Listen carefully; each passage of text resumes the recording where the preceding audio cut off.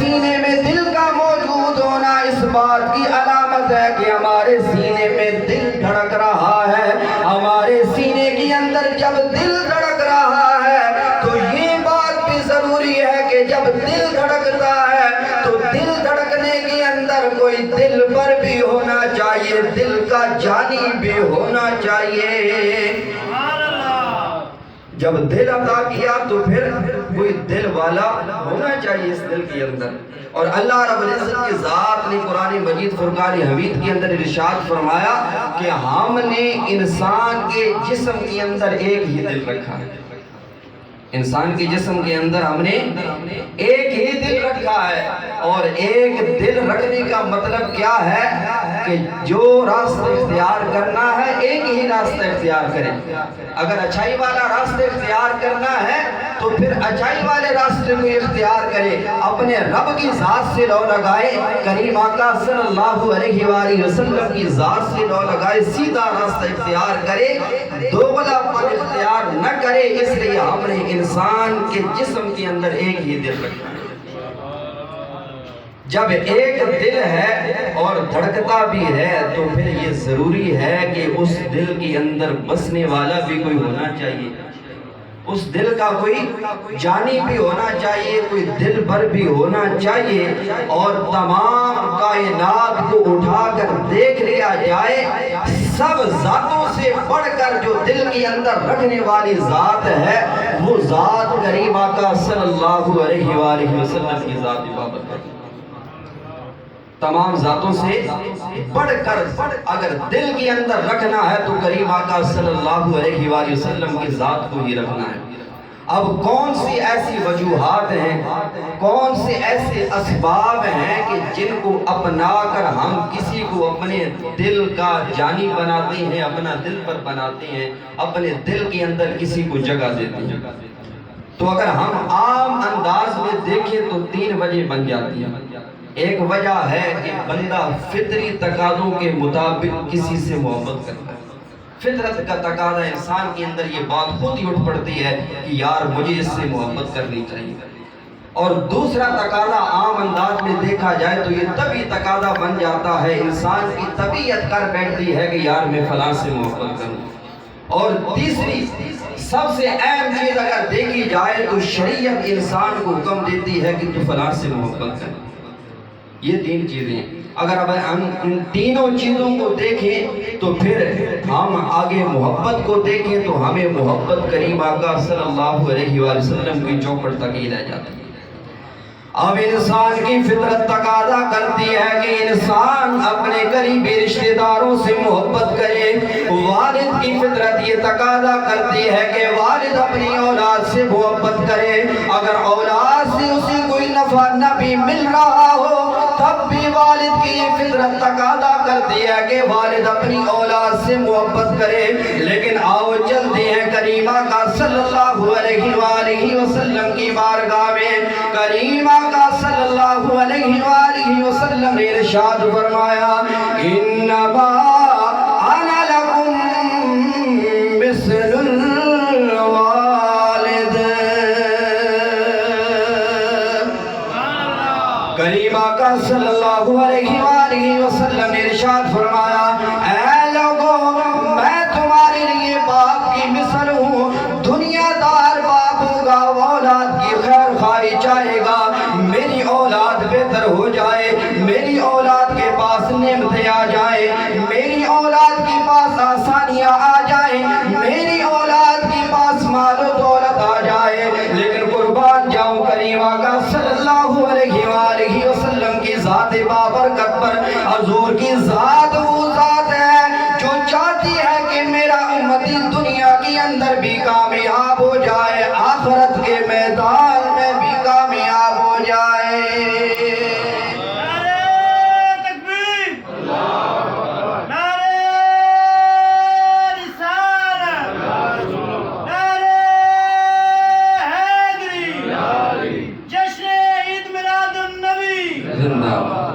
تو کریم آقا صلی اللہ علیہ وآلہ وسلم کی ذات وہ بابرکت ذات ہے جو اپنی امتی کے لیے چاہتی ہے کہ میرا امتی دنیا کے اندر بھی سرخرو ہو جائے, کامیاب ہو جائے, اور آخرت کے میدان میں بھی سرخرو ہو جائے، کامیاب ہو جائے اور ابدی نعمتوں کا حقدار بن جائے۔ یہ ذات ہے کریم آقا صلی اللہ علیہ وآلہ وسلم کی۔ تو اگر فطری تقاضا دے کر محبت کرنی ہے تب بھی سب سے زیادہ محبت کریم آقا صلی اللہ علیہ وآلہ وسلم کی ذات سے ہی کرنا پڑے گی۔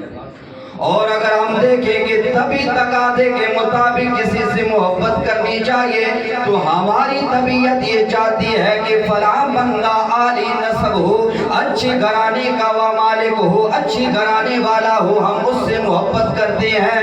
تو کریم آقا صلی اللہ علیہ وآلہ وسلم کی ذات کو اگر دیکھا جائے تو کریم آقا صلی اللہ علیہ وآلہ وسلم نے فرمایا اللہ رب العزت کی ذات نے مجھے دنیا کے سب سے اعلیٰ خاندان کے اندر پیدا فرمایا ہے، دنیا کے اعلیٰ خاندان کے اندر پیدا فرمایا۔ اب ہم دیکھتے ہیں کہ یار فلاں بندہ دنیا کے اندر میری زندگی کا ضامن بنا، میری زندگی کا سبب بنا۔ اگر فلاں بندہ نہ ہوتا تو میں زندہ نہ رہتا، اگر فلاں بندہ نہ ہوتا تو میں یہاں سانس نہ لے رہا ہوتا۔ آئیے چلتے ہیں کریم آقا صلی اللہ علیہ وآلہ وسلم کی اس بارگاہ میں۔ کریم آقا صلی اللہ علیہ وآلہ وسلم کی ذات وہ ذات ہے، اللہ رب العزت کی ذات نے قرآن مجید فرقان حمید کے اندر ارشاد فرمایا وَإِذْ قَالَ رَبُّكَ لِلْمَلَائِكَةِ إِنِّي جَاعِلٌ فِي الْأَرْضِ خَلِيفَةً۔ اللہ رب العزت کی ذات نے فرشتوں سے فرمایا اے فرشتوں میں دنیا کے اندر اپنا نائب بنانے لگا ہوں، دنیا کے اندر اپنا خلیفہ بنانے لگا ہوں۔ مفسرین نے اس کی تفسیر کے اندر لکھا ہے کہ اللہ رب العزت کی ذات نے جو حقیقی خلیفہ دنیا کے اندر بنایا وہ ہمارے محبوب کی ذات کو بنایا،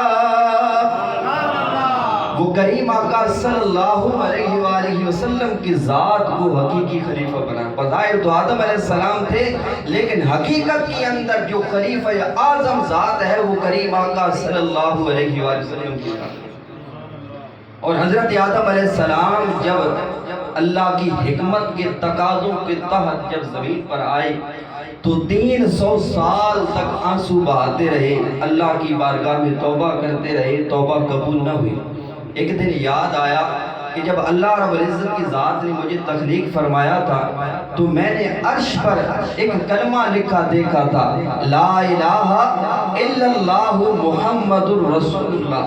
یہ کلمہ میں نے عرش پر لکھا دیکھا تھا، اور جس ذات کا یہ نام ہے اور اللہ رب العزت کی ذات نے اپنے نام کے ساتھ لکھ رکھا ہے، یہ ذات کوئی عام ذات نہیں ہو سکتی، یہ ذات کوئی عام ذات نہیں ہو سکتی۔ پھر کریم آقا صلی اللہ علیہ وآلہ وسلم کا وسیلہ اللہ رب العزت کی بارگاہ میں پیش کر کے اپنے لیے توبہ مانگی تو اللہ رب العزت کی ذات نے معاف فرما دی۔ کہہ دیجئے سبحان اللہ۔ تو جب معاف کیا تو اللہ رب العزت کی ذات جاننے والی تو ہے ہر چیز کو، اس کے باوجود پوچھا کہ اے آدم تم نے نام محمد کو کیسے جانا، نام محمد کو کیسے جانا؟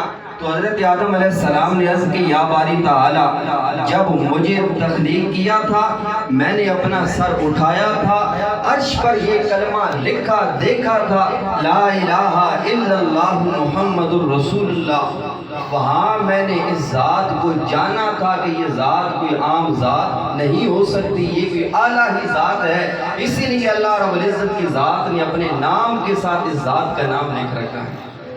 تو اللہ رب العزت کی ذات نے حضرت آدم علیہ السلام سے فرمایا، حضرت عمر بن خطاب رضی اللہ تعالیٰ عنہ سے مروی ہے کریم آقا صلی اللہ علیہ وآلہ وسلم کی ذات نے کریم آقا صلی اللہ علیہ وآلہ وسلم نے ارشاد فرمایا کہ اللہ رب العزت کی ذات نے آدم علیہ السلام سے فرمایا کہ اے آدم یہ میرا محبوب ہے جو تیری اولاد میں سے آخری آنے والا نبی ہے، اور اے آدم یہ بات بھی سن لو اگر میں اپنے اس محبوب کو پیدا نہ فرماتا تو میں آپ کو بھی پیدا نہ فرماتا، اور اس سے بھی آگے جائیں تو اللہ رب العزت کی ذات نے فرمایا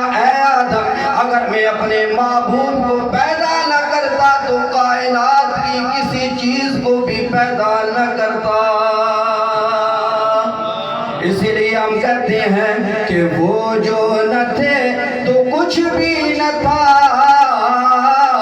وہ جو نہ ہو تو کچھ بھی نہ ہو، جان ہے وہ جہان کی، جان ہے تو جہان ہے۔ اگر زندگی پر احسان دے کر محبت کرنی ہے تب بھی سب سے زیادہ محبت کریم آقا صلی اللہ علیہ وآلہ وسلم کے ذات سے کرنی پڑے گی۔ اور اگر کسی کو علم والا دے کر محبت کرنی ہے کہ فلاں بندہ علم کے اندر اتنا ماہر ہے، فلاں کو اللہ رب العزت کی ذات نے اتنا علم عطا فرمایا ہے، اگر علم دے کر محبت کرنی ہے آؤ چلتے ہیں کریم آقا صلی اللہ علیہ وآلہ وسلم کی چوکھٹ پر۔ اللہ رب العزت کی ذات نے ارشاد فرمایا وَعَلَّمَكَ مَا لَمْ تَكُنْ تَعْلَمْ وَكَانَ فَضْلُ اللَّهِ عَلَيْكَ عَظِيمًا۔ اللہ رب العزت کی ذات نے آپ کو ہر اس چیز کا علم عطا فرما دیا جس کو آپ نہیں جانتے تھے، اور یہ آپ پر اللہ رب العزت کا فضل عظیم ہے۔ اگر علم دیکھنا ہے پھر بھی محبت کریم آقا صلی اللہ علیہ وآلہ وسلم کے ذات سے کرنی پڑے گی۔ علم کیسا اللہ رب العزت کی ذات نے عطا فرمایا؟ حضرت عمر بن اخطب رضی اللہ تعالیٰ عنہ راوی ہے، آپ فرماتے ہیں کہ ایک روز کریم آقا صلی اللہ علیہ وآلہ وسلم نے ہمیں صبح کی نماز باجماعت پڑھائی۔ کہہ دے سبحان اللہ۔ دعا کریں کہ اللہ رب العزت کی ذات ہمیں مسجدوں کو آباد کرنے کی توفیق عطا فرمائے، ہمیں نماز باجماعت ادا کرنے کی توفیق عطا فرمائے۔ کریم آقا صلی اللہ علیہ وآلہ وسلم کی ذات نے ہمیں صبح کی نماز باجماعت ادا کرائیں۔ کریم آقا صلی اللہ علیہ وآلہ وسلم نماز پڑھانے کے بعد منبر پر جلوہ افروز ہوئے، ہمیں خطاب فرمایا یہاں تک کہ ظہر کا وقت ہو گیا۔ کریم آقا صلی اللہ علیہ وآلہ وسلم منبر سے نیچے تشریف لائے، ہمیں ظہر کی نماز پڑھائی، پھر منبر پر جلوہ افروز ہوئے، ہمیں خطاب فرمایا یہاں تک کہ عصر کا وقت ہو گیا۔ کریم آقا صلی اللہ علیہ وآلہ وسلم منبر سے نیچے تشریف لائے، ہمیں نماز عصر کی نماز پڑھائی، پھر کریم آقا صلی اللہ علیہ وآلہ وسلم منبر پر جلوہ افروز ہوئے اور ہمیں خطاب فرمایا۔ آپ فرماتے ہیں کہ کریم آقا صلی اللہ علیہ وآلہ وسلم نے ہمیں شروع دن سے لے کر تا قیام قیامت ہر چیز کے بارے میں بتا دیا۔ اگر علم دے کر محبت کرنی ہے پھر بھی ہمیں کریم آقا صلی اللہ علیہ وآلہ وسلم کی چوکھٹ پر ہی جھکنا پڑے گا، اور دل کا جانی کریم آقا صلی اللہ علیہ وآلہ وسلم کی ذات بابرکت کو ہی بنانا پڑے گا۔ اور اگر ہماری دنیا کے تقاضے ہیں کسی کا حسن دیکھ کر اگر محبت کرنی ہے نا،